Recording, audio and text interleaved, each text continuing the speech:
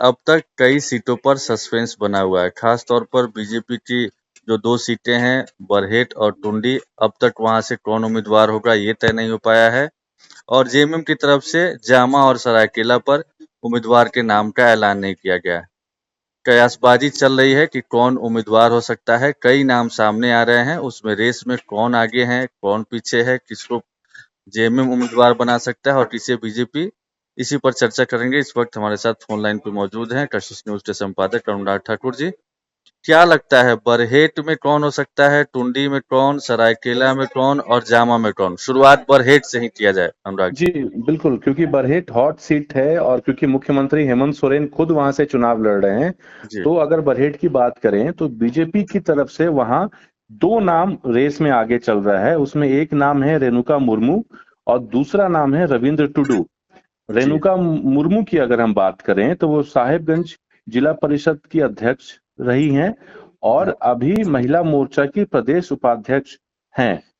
जी तो एक उनका नाम अगर महिला को बीजेपी लड़ाती है तो जी रेणुका मुर्मू हो जाएंगी।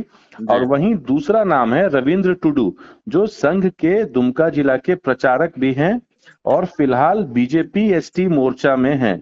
तो कहीं ना कहीं मुझे लगता है ये 2 नामों पे बीजेपी डिसीजन लेगी और लगता है कि आज रात तक जी यहाँ पे घोषणा कर दी जाएगी। और वहीं अगर हम बात करें इधर से बीजेपी के कुछ नेताओं से हमारी बात हुई तो उन्होंने कहा कि इस रेस में रविंद्र टुडू ज्यादा आगे चल रहे हैं और जी ज्यादा चांसेस है कि उन्हें ही वहां से लड़ाया जाएगा। तो अब चूंकि देख देख हाँ बिल्कुल जी बिल्कुल ठीक है। अब अंतिम वक्त में भी बीजेपी चौंकाने के लिए जानी जाती है कि तीसरा नाम या ये दोनों में से किसी एक को लेती है, कोई तीसरा सरप्राइज कोई बड़ा चेहरा आता है। खैर, लुइस मरांडी को बीजेपी मान रही थी कि हेमंत सोरेन को वो टक्कर दे सकती है, शायद इसीलिए दुमका से उनको उम्मीदवार नहीं बनाया गया। क्या लगता है आपको, इन दोनों से आप वाकिफ हैं? हेमंत सोरेन जैसे मजबूत और निवर्तमान सीएम को इन दोनों में क्षमता है कि टक्कर दे पाएंगे ये लोग? जी बिल्कुल, लुइस मरांडी को पहले बीजेपी में जब वो थी तो उन्हें ऑफर दिया गया था कि आप हेमंत सोरेन के खिलाफ लड़िए, जी लेकिन उन्होंने मना कर दिया था। उसके बाद फिर हमें वो फोटोज दिखे थे जिसमें वो भी शामिल हो गई जी जी जेएमएम में। जी उसके बाद से ही कयास लगाए जा रहे थे कि लुइस मरांडी को सीता सोरेन के खिलाफ उतारा जाएगा। जी और अभी भी जो चांसेस हैं, जो जेएमएम के सूत्रों के हवाले से खबर आ रही है कि जामा में सीता सोरेन के खिलाफ ही लुइस मरांडी को उतारा जाएगा। और क्योंकि लुइस नहीं, मरांडी सीता सोरेन तो जामतारा से उनको टिकट दिया है जी बीजेपी जी ने। सॉरी, हाँ, हाँ, सीता सोरेन की जगह पर। जगह बिल्कुल। पर जी जी जी बिल्कुल, उनकी जगह पे जी इनको उतारा जाएगा। तो अब देखना है कि इन्हें कब तक चीजें क्लियर होती है क्योंकि 2 सीट पे जो और घोषणा होना है, मुझे जी लगता है आज रात तक जैसे बीजेपी करती है हम्म। वैसे ही जेएमएम भी आज रात तक सारी जो जो भी लिस्ट अब बच गए हैं, जो उम्मीदवारों के नाम बच गए हैं 2 सीट, उस पे अपने कैंडिडेट की हाँ, अनाउंसमेंट कर हाँ, देगी। कम से कम जो पहले फेज के लिए जो है उनका नाम तो जी अनाउंसमेंट जरूर हो बिल्कुल जाना चाहिए, चूंकि कल ही आखिरी तारीख है। खैर, दूसरी सीट है टुंडी। जी टुंडी पर भी सस्पेंस बरकरार है, कई तरह की चर्चा हो रही है और इस चर्चा के बीच में सुदेश महतो गृह मंत्री अमित शाह से भी मिलते हैं। उसके बाद फिर एक नई चर्चा शुरू हो जाती है कि क्या सुदेश महतो अपने लिए टुंडी सीट मांगने गए हैं। चूंकि जब पीसी हुई थी तब हिमंता बिश्व शर्मा हो, बाबूलाल हो या सुदेश महतो हो, सबने कहा था कि एक आध सीट इधर उधर हो सकता है। जी तो क्या जी लग रहा है टुंडी सीट के बिल्कुल, बारे में? सुदेश महतो को लेके ये एक एक अफवाह था कि वो हम्म, तो वहां से भी चुनाव, टुंडी से भी चुनाव लड़ सकते हैं। 2 जगह से उनके चुनाव लड़ने की चर्चा थी, जी लेकिन जो सूत्रों के हवाले से खबर आ रही है कि उन्हें वहां से नहीं लड़ाया जाएगा क्योंकि कुर्मी बहुल क्षेत्र है टुंडी और वहां पे पहले ही जयराम महतो ने बोल दिया है कि अगर सुदेश महतो लड़ते हैं तो वो भी चुनाव लड़ेंगे। तो जी इससे कहीं ना कहीं वोटरों का जो संख्या है वो जयराम महतो का वहां बोलबाला ज्यादा रहेगा। इसलिए मुझे लगता है बीजेपी ये गलती नहीं करेगी। टुंडी की अगर हम बात करें तो मुझे जी लगता है कि वहां पे रेस में अभी सबसे आगे एक विकास महतो है, यंग जी युवा हैं, यूथ लीडरशिप में उनकी अच्छी पकड़ है, युवा मोर्चा के उपाध्यक्ष हैं। बीजेवाईएम के, तो कहीं ना कहीं उन पे दांव खेल सकती है बीजेपी। और उनसे मेरी बात भी हुई है, कल मैंने उनसे फोन पे बात भी किया था, तो उन्होंने दबे स्वर में कहा भी था कि अब बीजेपी आलाकमान जो फैसला लेगी उसके लिए वो तैयार है। हालांकि उनके तरफ से वो टुंडी में पूरी तरीके से तैयार है। अगर उन्हें बीजेपी टिकट देती है तो वो मुकाबला करेंगे। और मतलब लेकिन जी, मतलब अभी तक सुदेश महतो के खाते में टुंडी सीट जाते हुए नहीं दिख रही है आपको अभी तक? जी मतलब बिल्कुल अभी तक, हाँ, लेकिन कल के जो अमित शाह से वो मिले हैं तो एक हाँ, चर्चा ये भी है कि कहीं वो टुंडी सीट के लिए तो नहीं गए हैं, लेकिन अब बीजेपी के खेमे से ही ये खबर आ रही है कि नहीं, बीजेपी उन्हें टुंडी से सीट नहीं देगी। हालांकि सुदेश महतो पहले चाहते थे कि वो टुंडी जी, से भी चुनाव लड़ें, दो जगह जी, से चुनाव लड़ें, हुँ, लेकिन बीजेपी के नेता नहीं चाहते हैं कि उन्हें टुंडी से भी लड़ाया जाए। तो मुझे लगता है इसी वजह है। हालांकि वो कोशिश कर रहे होंगे, प्रयास कर रहे होंगे, लेकिन हाँ। मुझे नहीं लगता कि वो टुंडी से चुनाव हालाँकि एक लड़ और पाएंगे। सीट है मतलब टुंडी के अलावा भी कही जाए तो आजसू ने 2 और सीटों पर अनाउंसमेंट नहीं, लेकिन बीजेपी। लेकिन अभी तक अनुराग जी जो रुझान सामने आ रहा है, कि रुझान इसलिए बोल रहे हैं, संकेत मतलब बोल सकते हैं उसको, कि बेरमो से शायद जयराम महतो चुनाव लड़ेंगे डुमरी के अलावा। एक जी पोस्ट से एक चर्चा शुरू हुई है और दोनों को बाहरी बताया है जयराम महतो ने।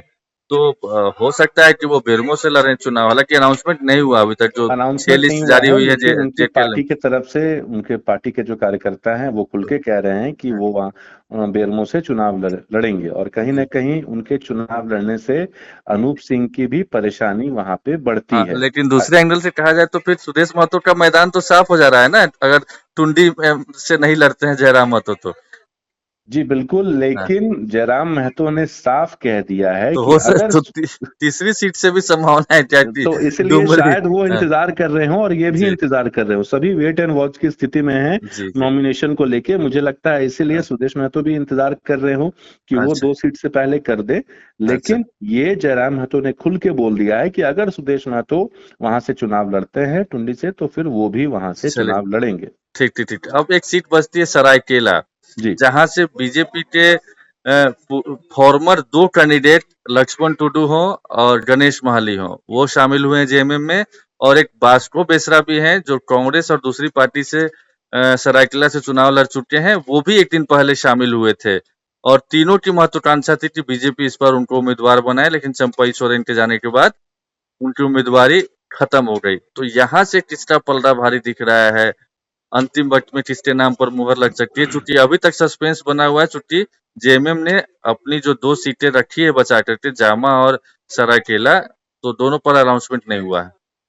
जी बिल्कुल, यहाँ पे मुझे लगता है गणेश महली रेस में आगे चल रहे हैं। हम्म, हम्म, वनस्पत लक्ष्मण टुडू और इन बेसरा के कंपैरिजन में, क्योंकि वो खुल के उन्होंने हमारे सोशल मीडिया पे भी उन्होंने कहा था कि हम्म, चंपई सोरेन जिस तरीके से आए, उसके बाद उन्होंने वहां पे कब्जा जमाया, और उन्होंने खुल के कहा था कि वो घाटशिला सीट हो गया या हम्म। सरायकेला सीट हो गया, वो या बिल्कुल खरसावां। या खरसावा हो गया, जी, तीनों जगह पे हराने का काम करेंगे, उन्हें टिकट मिले चाहे ना मिले। और जी। लेकिन जिस तरीके से वो हेमंत सोरेन से मिले थे, और हेमंत सोरेन ने भी उन्हें आश्वासन दिया है, जो सूत्रों के हवाले से खबर आ रही है कि हो सकता है, क्योंकि यंग ब्लड है और बहुत एक्टिव है अपने क्षेत्र में, तो मुझे लगता है उन्हें मौका अन्य के बनस्पत मिल सकता है, ये संभावना है।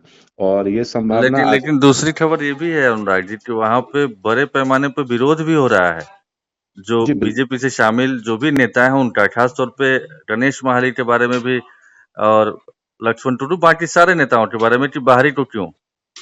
जी बिल्कुल, विरोध शायद वहाँ। यही वजह है कि होल्ड पर रखी गई वो सीट, मुझे जी लगता है। बिल्कुल होल्ड पे रखी गई, लेकिन विरोध वहाँ सभी का हो रहा है, विरोध वहाँ जी, चंपई सोरेन का भी हो रहा था। बिल्कुल, बिल्कुल। वहां बीजेपी वालों ने भी खुल के हुँ, विरोध किया था, चंपई हुँ, सोरेन का भी, 2 गुट में बटा हुआ है वो क्षेत्र, विधानसभा क्षेत्र। तो अब देखना यह है कि आखिर जिस तरीके से फैसला लिया है हेमंत सोरेन ने, बहुत सोच समझ के हर सीट पे, हाँ, हाँ, हाँ। बहुत हाँ, रिसर्च चूँकि करके। चूँकि खुद चंपई सोरेन वहाँ से लड़ हाँ रहे हैं, तो ज़ाहिर तौर पर सोचना-समझना तो बनता है कि उनको कौन हरा सकता है, वैसे उम्मीदवार की तलाश हो रही होगी जी हेमंत सोरेन को। जी एक सीट के बिल्कुल। बारे में आपने कही, जामा सीट के बारे में, कि सीता सोरेन हो सकती हैं।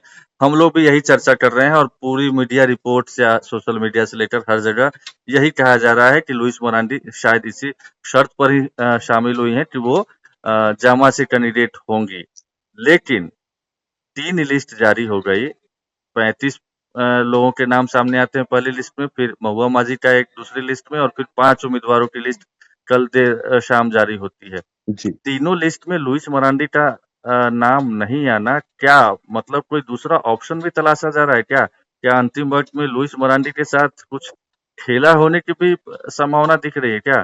चूँकि जी बिल्कुल। चूँकि 3 लिस्ट में नाम नहीं आया इसीलिए जी अटकलें लगाई जा बिल्कुल, रही है। लिस्ट में नाम नहीं आने से कहीं न कहीं कन्फ्यूज़न तो हो ही जाता है। लोगों को जी, जैसे पहले ये था कि नहीं, वहाँ से जामा से लुइस मरांडी सीता सोरेन को टक्कर देंगी और इसलिए उन्हें शामिल भी कराया गया है। लेकिन लिस्ट में अभी तक नाम नहीं आना तीसरे लिस्ट में कहीं न कहीं संशय पैदा करता है। लेकिन मुझे जो लगता है इसमें, क्योंकि लुइस मरांडी बहुत स्ट्रॉन्ग कैंडिडेट हैं, नो डाउट बिल्कुल, अपने बिल्कुल। क्षेत्र में उनका दबदबा है और उन्होंने एक बार हेमंत सोरेन को हराया भी है दुमका ये में। ये तमगा भी बड़ा तमगा है कि ये किसी इतने बड़े नेता को वो पहली बार दुमका में हरा चुकी हैं। हरा चुकी हैं, तो ऐसा नहीं है, उनकी फैन फॉलोइंग भी बहुत है और क्षेत्र में उनकी पकड़ है। और सीता दुमका सोरेन जिले में ही विधानसभा की सीट जमा जी, आती है। बिल्कुल। जमा आती है और सीता सोरेन ठीक है, वो बीजेपी में शामिल हो गई हैं, लेकिन कहीं न कहीं वो जेएमएम से जुड़ी रहीं, इतने लंबे अरसे से रहीं जेएमएम के साथ। दुर्गा हुँ, सोरेन उनके पति शिबू सोरेन के बड़े बेटे, वो उनका लगातार अपने क्षेत्र में दबदबा था। जेएमएम दुर्गा सोरेन की एक वक़्त में हेमंत सोरेन से ज़्यादा चलती थी, सब हुँ, कुछ था और जी, वो शिबू सोरेन की बड़ी बहू भी हैं।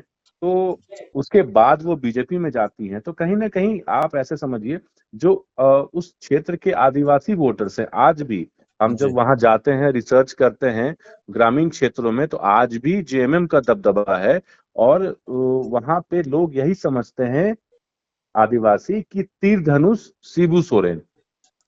अगर बिल्कुल, आप बिल्कुल। उनसे हाँ, लोकल हाँ। लैंग्वेज में बात हुँ, करिएगा, हुँ, तो वो शिबू सोरेन और तीर धनुष को छोड़ के कुछ नहीं जानते हैं।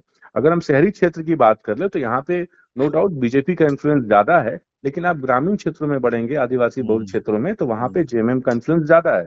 तो कहीं न कहीं मुझे लगता है सीता सोरेन को हो सकता है इसका नुकसान भी हो, क्योंकि वो जेएमएम से हट के बीजेपी में गई हैं जी, जी। और जेएमएम अभी तक शिबू सोरेन की पहचान पे है। तीर बिल्कुल, धनुष और आदिवासी शिबू जो सोरेन, आपने कहा आदिवासी लोग बिल्कुल कोरिलेट करता है चूँकि भगवान बिरसा मुंडा का भी जो पारंपरिक हथियार था वो तीर धनुष ही तीर था। धनुष था। तो और जेएमएम का सिंबल भी तीर धनुष है तो इससे लोग कनेक्ट करते हैं। ख़ैर ठीक है, आपने बताया कि कहाँ पे क्या संभावित हो सकते हैं, कौन रेस में आगे हैं।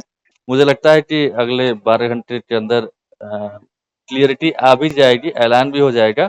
लेकिन हाँ जो आपने बताया बिल्कुल वैसी ही चीज़ें सामने आ रही है कि ये लोग हो सकते हैं और ये लोग रेस में हैं। बहुत-बहुत धन्यवाद अनुराग जी। धन्यवाद।